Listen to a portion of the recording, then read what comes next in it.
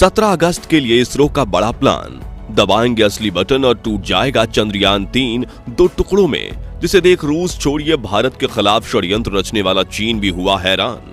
साथियों, रूस अपना लूना 25 को छोड़कर यह सोच रहा होगा कि शायद भारत इससे डर जाएगा, लेकिन इसरो को इससे कोई फर्क नहीं पड़ा, बल्कि उन्होंने तो ट्वीट करके रूस को बधाई दे दी है और कहा है कि चलो चांद पर मिलेंगे।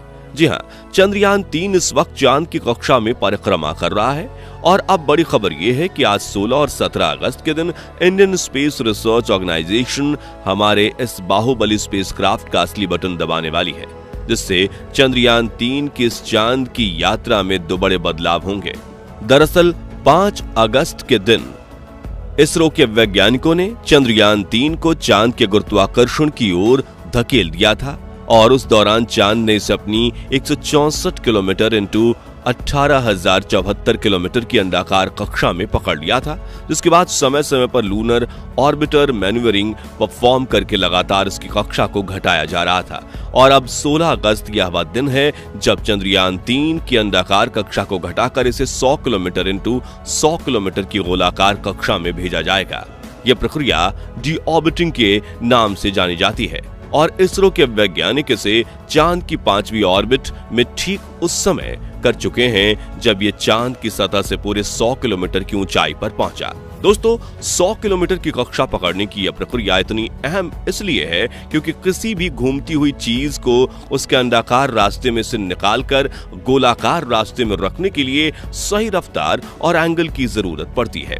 और जैसा कि आप जानते हैं कि चांद की इसी कक्षा में चंद्रयान 3 का प्रोपल्शन मॉड्यूल कई सालों तक लगातार ये घूमता रहेगा। इसलिए एंगल अगर 1 डिग्री भी इधर उधर हो गया तो प्रोपल्शन मॉड्यूल हर चक्कर में चांद से दूर चला जाएगा और एक समय ऐसा आएगा जब यह चांद के गुरुत्वाकर्षण से निकलकर डीप स्पेस में खो जाएगा और इससे मिशन फेल भी हो सकता है। इसलिए इसरो के वैज्ञानिकों ने इस प्रोसेस के लिए तगड़ी प्लानिंग करी है। आज 16 अगस्त के दिन चंद्रयान 3 के इंजन का बटन दबाया, जिससे इंजन ऑन होकर सुबह 8:38 से 8:39 के बीच में 5वीं कक्षा बदल चुका है, जो 100 × 100 किलोमीटर की ऑर्बिट होगी। ध्यान देने वाली बात तो यह है कि इस प्रोसेस के सभी स्टेप पहले से ही चंद्रयान 3 के आर्टिफिशियल इंटेलिजेंस सॉफ्टवेयर में फिट कर दिए गए हैं। यानी अगर मानो धरती से कोई चूक हो भी जाती है तो आर्टिफिशियल इंटेलिजेंस इसे अपने आप ही ठीक कर लेगा। दोस्तों, यह काम कितना मुश्किल है आप उसका अंदाजा इसी बात से लगा सकते हैं कि रूस का लूना 25 स्पेसक्राफ्ट आज 16 अगस्त के दिन चांद की कक्षा में पहुंच गया है। यानी धरती से चांद की पहली कक्षा तक के ये सफर कुछ चुटकियों में करने वाला लूना चांद की पहली और 5वीं ऑर्बिट तक पहुंचने के लिए रूस का लूना अगले 5 से 6 दिनों तक चक्कर काटता रहेगा। अब चंद्रयान 3 की बात करें तो आज 16 अगस्त के दिन 100 × 100 किलोमीटर के ऑर्बिट में धमाकेदार एंट्री करने के बाद हमारा चंद्रयान इस कक्षा में कुछ दिन आराम से चक्कर लगाएगा, लेकिन उससे पहले 17 अगस्त को इसी कक्षा में चक्कर लगाते हुए चंद्रयान 3 का प्रोपल्शन मॉड्यूल इसके लैंडर मॉड्यूल से अलग होगा। साथियों, इस प्रोसेस को करने के लिए स्पेस क्राफ्ट के दोनों हिस्सों को जोड़ने वाले हुक खोले जाएंगे, जिसके बाद पिछले हिस्से की रफ्तार धीरे धीरे कम की जाएगी ताकि आगे वाला हिस्सा अपनी कक्षा में आगे बढ़ जाए और बिना किसी नुकसान के दोनों हिस्से अलग हो जाएं। जिसके बाद चंद्रयान 3 का लैंडर और प्रोपल्शन मॉड्यूल दोनों ही चांद के 100 × 100 किलोमीटर की कक्षा में अलग अलग घूमते रहेंगे।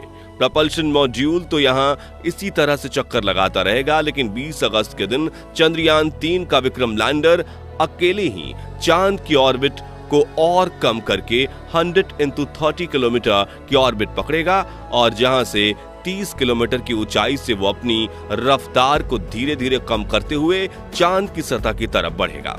बता दें कि इस दौरान पहले तो लैंडर की रफ्तार को बढ़ाकर इसे सतह की तरफ धकेला जाएगा, लेकिन सतह के करीब पहुंचते हुए इसकी रफ्तार को धीरे धीरे कम किया जाएगा, जो काम इसमें लगे लेजर एल्टीमीटर और लेजर डॉपलर वेलोसिमीटर सेंसर्स की मदद से किया जाएगा।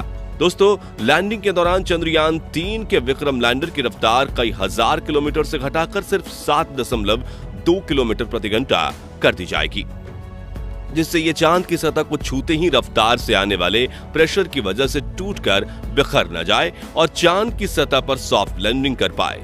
इस तरह से अपने सफर में आगे बढ़ते हुए 23 अगस्त के दिन शाम के करीब 5:47 पर चंद्रयान 3 का विक्रम लैंडर चांद की सतह पर कदम रखेगा, जिसके बाद ये अगले एक लूनर दिन यानी कि पृथ्वी के 14 दिनों तक चांद पर एक्सपेरिमेंट करेगा, जिसमें इसकी सहायता इसके अंदर मौजूद 6 टायरों वाला 26 किलो का रोबोट यानी प्रज्ञान रोवर करेगा। जी हां, विक्रम लैंडर में चांद की सतह पर ट्रैवल करने के लिए कोई टायर नहीं लगे हैं, बल्कि ये तो सिर्फ एक जगह खड़ा होकर अपना काम करेगा और अपने उपकरणों की मदद से ये डेटा कलेक्ट करेगा। जबकि दूर दराज के इलाकों में डेटा कलेक्ट करने के लिए इसके साथ चांद पर भेजे गए प्रज्ञान रोवर का इस्तेमाल किया जाएगा। दोस्तों, जैसा कि आप जानते हैं कि वैज्ञानिक डेटा के सिवाय कुछ दावा नहीं करते। ऐसे में इसरो के चीफ एस सोमनाथ ने चंद्रयान 3 को लेकर ऐसा दावा कर दिया है जो सुनकर आपका सीना गर्व से चौड़ा हो जाएगा और भारत के दुश्मनों की टेंशन बढ़ जाएगी। दरअसल एक प्रेस कॉन्फ्रेंस में इसरो के प्रमुख एस सोमनाथ ने कहा कि अब चंद्रयान 3 को कोई नहीं रोक सकता और चंद्रयान 3 का विक्रम लैंडर किसी भी हाल में चांद की सतह पर सॉफ्ट लैंडिंग करेगा।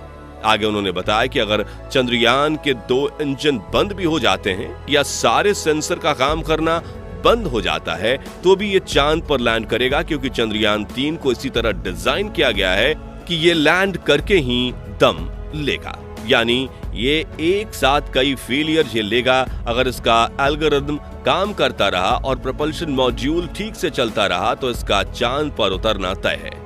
दोस्तों, इसरो चीफ का यह भी कहना है कि 100 किलोमीटर की ऑर्बिट पर चंद्रयान 3 में कोई कठिनाई नहीं दिख रही है। सिर्फ एक समस्या है पृथ्वी से लैंडर की स्थिति का सही अनुमान लगाना।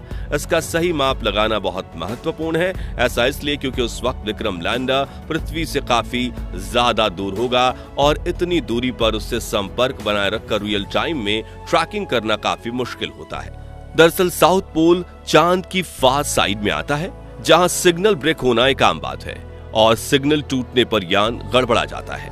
साथियों, इसी वजह से पिछले मून मिशन यानी चंद्रयान 2 में चांद की सतह से 2.1 किलोमीटर की ऊंचाई पर इसरो का चंद्रयान 2 से संपर्क टूट गया था और वो चांद की सतह पर क्रैश लैंड कर गया था। हालांकि इस बार इसरो ने चंद्रयान 3 के लिए एक एक्सपर्ट ब्रेन डिजाइन किया, जहां विक्रम लैंडर के अंदर लगा आर्टिफिशियल इंटेलिजेंस दिमाग यानी सॉफ्टवेयर इतना ज्यादा पावरफुल है कि वो अपने आप ही इसके अंदर लगे सेंसर और चांद के चक्कर लगा रहे चंद्रयान 3 के ऑर्बिटर में मौजूद डेटा को इस्तेमाल करके लैंडिंग के लिए एक सटीक निर्णय ले लेगा। यानी हम ये कह सकते हैं कि इस बार इसरो को कोई माई का लाल भी नहीं रोक सकता और चंद्रयान 3 मिशन की सफलता के चांसेस पूरे 100% हैं। जबकि चंद्रयान 3 के साथ ही कंपटीशन में भेजे गए रूस के लूना 25 के सफल होने के चांसेस सिर्फ 70% है, जो कि रूसी अंतरिक्ष एजेंसी रॉसकॉस्मोस के वैज्ञानिकों ने खुद बताया था। अब जो अंतरिक्ष यान शुरुआत से ही 100% सफलता के चांस को लेकर नहीं जा रहा, वो चंद्रयान 3 को क्या टक्कर देगा। इसलिए भले ही कितनी भी खबरें फैलें, लेकिन हमारे चंद्रयान 3 को रूस के लूना 25 से घबराने की बिल्कुल भी जरूरत नहीं है। दोस्तों, पिछले कई महीनों से जहां दुनिया भर में मंदी छाई हुई है, वहीं भारत के व्यवसाय तरक्की की सीढ़ियां चढ़ रहे हैं। ऐसे में दुनिया भर के सभी महाशक्ति कहे जाने वाले देश भारत से चल उठे हैं। इस बीच जब इंडियन स्पेस एजेंसी इसरो ने अपने चंद्रयान 3 को लॉन्च किया, जिसे सिर्फ 615 करोड़ के बजट में बनाया गया, तो पूरी दुनिया में मानो हड़कंप मच गया, क्योंकि अमेरिका, रूस और चीन समेत दुनिया के सभी बड़े देशों को यह डर सताने लगा कि अब भारत का चंद्रयान 3 सफल हो जाएगा और स्पेस प्रोजेक्ट्स पाने की होड़ में इसरो इन सभी को लात मारकर बाहर फेंक देगा। इसलिए ही चंद्रयान 3 के पीछे रूस ने भी अपने मून मिशन लूना 25 को लॉन्च कर दिया, जो चंद्रयान 3 से एक दिन पहले यानी 22 अगस्त को दक्षिणी ध्रुव पर उतरने की कोशिश करेगा। ऐसा इसलिए क्योंकि लूना 25 को हड़बड़ी में डायरेक्ट रूट से चांद पर भेजा जा रहा है, जबकि चंद्रयान 3 मजे से अंतरिक्ष की सैर करते हुए वहां पहुंचा है। तो दोस्तों, अगर आप इसरो के इस मेगा मून मिशन को सपोर्ट करते हैं तो जल्द से जल्द कमेंट सेक्शन में जय जवान जय किसान के साथ चंद्रयान भी लिख दीजिए। जी हां, जय चंद्रयान लिखना है ताकि इसरो के वैज्ञानिकों को भी पता चले कि पूरा भारत उनके साथ खड़ा है। और वीडियो पसंद आया हो तो इसे लाइक और शेयर जरूर कीजिए। साथ ही ऐसे ही कमाल की वीडियोस देखते रहने के लिए हमारे चैनल को सब्सक्राइब करके पास वाली घंटी जरूर बजा दीजिए। धन्यवाद।